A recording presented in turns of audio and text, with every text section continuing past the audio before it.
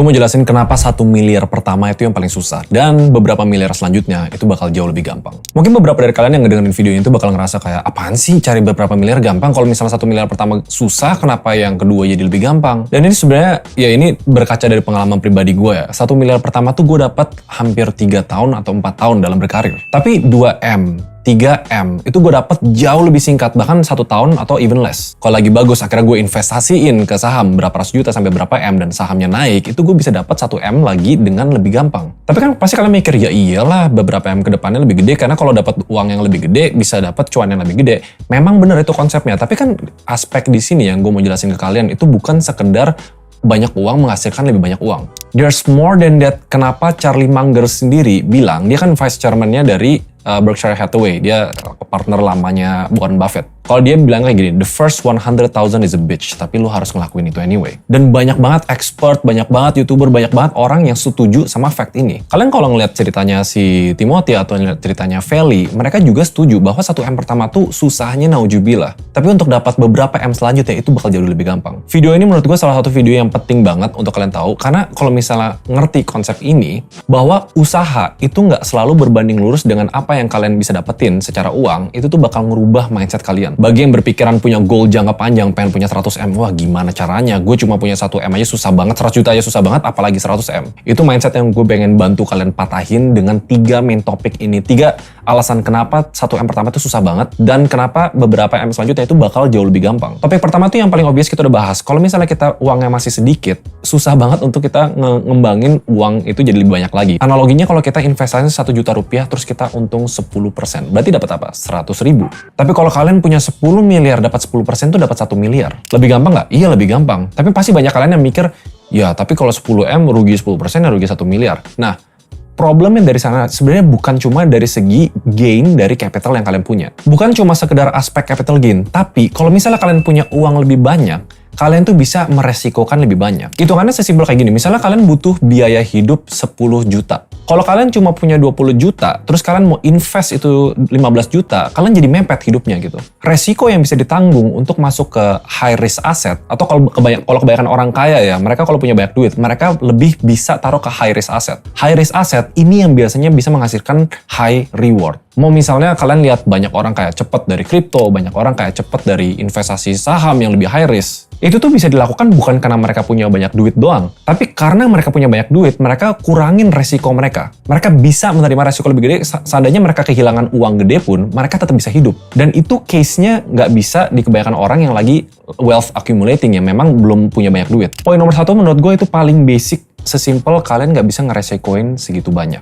And that is why 1M pertama tuh susahnya minta ampun. Tapi itu belum terlalu menjawab kenapa MM selanjutnya tuh lebih gampang lagi ya. Poin kedua itu nyambung di poin 1. Karena kalian nggak punya banyak uang, yang bisa diandelin untuk make money atau menggandakan uang adalah otak, skill, keringet, darah. You gotta do everything yourself. Kalau berkarir sebagai profesional atau memulai berdagang atau entrepreneur, banyak banget yang kalian harus lakuin secara diri sendiri. Dan kalau kebanyakan orang yang baru memulai merintis karir, skill yang dipunyain itu juga beranjak dari nol. Misalnya kalian memulai desain, kalian memulai programming, itu skillnya dari nol dan itu susahnya luar biasa. Untuk dapetin 10 juta, mungkin kalian harus empot-empotan 8 jam sehari. Nah tapi bedanya gini, skill itu harusnya ada namanya compounding. Kalian ngebangun sesuatu yang nggak bakal hilang kalau misalnya ke depannya kalian mau kerja lagi. Sesimpel kalau misalnya kalian freelance design nih. Kalian udah dapat 1M pertama. Percaya deh, klien pertama itu susahnya minta ampun. Selesain project pertama itu susahnya minta ampun. Karena skillnya masih kecil, reputasinya masih kecil. Pas kalian udah hit di benchmark 1 miliar, kalian udah punya banyak reputasi, punya portfolio, dapetin project 100 juta ke depannya itu bakal jauh lebih gampang. Karena kalian udah akumulasi skill, akumulasi reputasi. Dan itu banyak konsep yang orang nggak ngerti.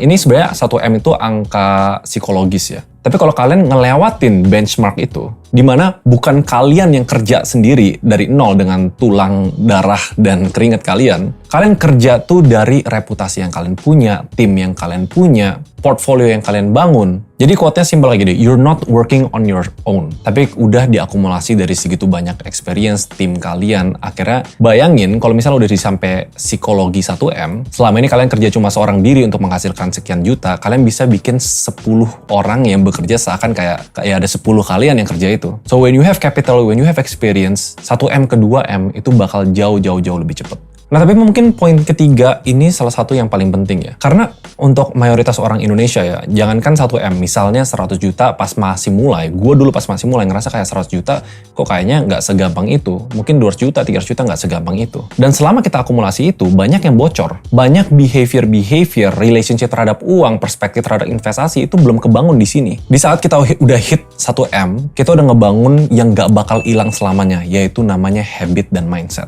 Sorry to say, orang bisa berpendapatan puluhan juta per bulan, tapi kalau dia nggak ngelewatin benchmark akumulasi kekayaan sampai barrier tertentu, artinya dia belum kebangun relationship with money sama konsistensi dalam saving money, investasi, itu tuh belum ada. Dan di saat gue hit my first 1 billion, yang gue pelajarin adalah konsisten untuk nggak keluar duit secara gampang, konsisten untuk taruh duitnya di produktif aset, gue nggak beli mobil, gue nggak beli rumah, gue nggak beli apapun itu, yang mungkin bakal jadi depreciative asset. Mindset itu bakal nempel sampai 5M, 10M, 100M ke selanjutnya. So makanya gue selalu rekomendasi kalau misalnya uang kecil pun masuk baru berapa ratus ribu, berapa juta, biasain bangun habitnya untuk tracking pengeluaran, untuk alokasi investasi. Gak perlu duit banyak untuk mulai ngebangun mindset untuk poin ketiga ini biar bisa konsisten get all the money ke depannya. Investasi salah satu cara paling gampang untuk mulai bangun konsistensinya. Karena gue lagi collab sama Bareksa, gue suka banget sama produk mereka. Mereka ngegampangin kalian untuk ngebangun konsistensi investasi. Bayangin, kalian nggak punya banyak duit aja, misalnya kalian bisa konsisten taruh 10.000 terus, 10.000 terus. Itu minimal yang kalian bisa keluarin di investasi di Bareksa, which is very small.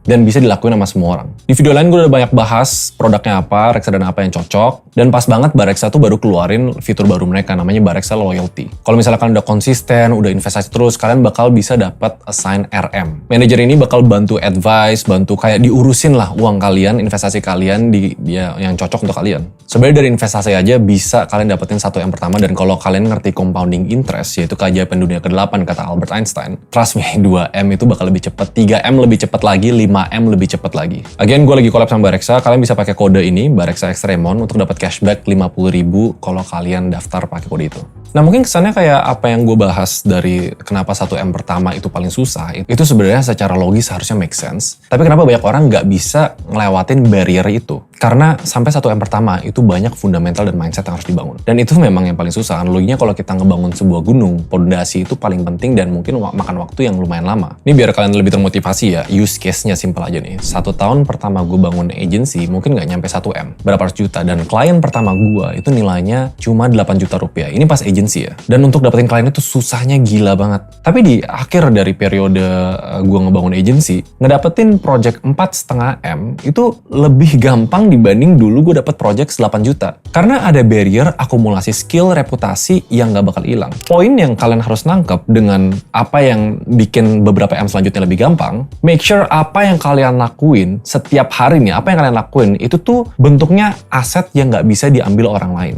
Sesimpel kalau misalnya kalian berkarir sebagai freelance, kalian kan ngebangun portfolio, dan portfolio itu nggak bisa diambil sama orang, itu bakal selamanya ada di sana. The next project, the next few hundred million sampai miliaran, itu lebih gampang karena kalian udah ngebangun modal ini di awal. Sebenarnya awalnya gue bikin video ini angle investasi, ya segampang capital lebih gede, bisa ambil resiko lebih gede, tapi itu semua orang tahu, itu gampang. Ya mungkin yang harus dibahas lagi dan dimain lagi buat kalian, make sure apapun yang kalian lakuin sekarang itu adalah untuk membangun reputasi, portfolio, aset yang nggak bisa diambil sama orang lain. Itu either ada di sini, either dalam bentuk rekomendasi orang lain, banyak yang bisa dilakuin. Sebenarnya gue ada plan untuk bikin video yang lebih praktikal. Kayak perjalanan agency harusnya semua dari kalian tahu 1 tahun pertama jelek sampai dapat project miliaran itu gimana ceritanya. Cuma ya ini motivasi juga at the same time karena trust me, 1M pertama memang paling susah, tapi selanjutnya bakal jauh lebih gampang selama kalian ngedengerin 3 poin mindset tadi ya. Again, thank you Bareksa buat sponsoring this video. Collab, jangan lupa pakai kode gue dapat cashback 50.000. Cek link di description kalau kalian pengen tahu lebih lanjut dan mulai konsisten investasi. I guess I'll see you guys in the next video. Bye-bye.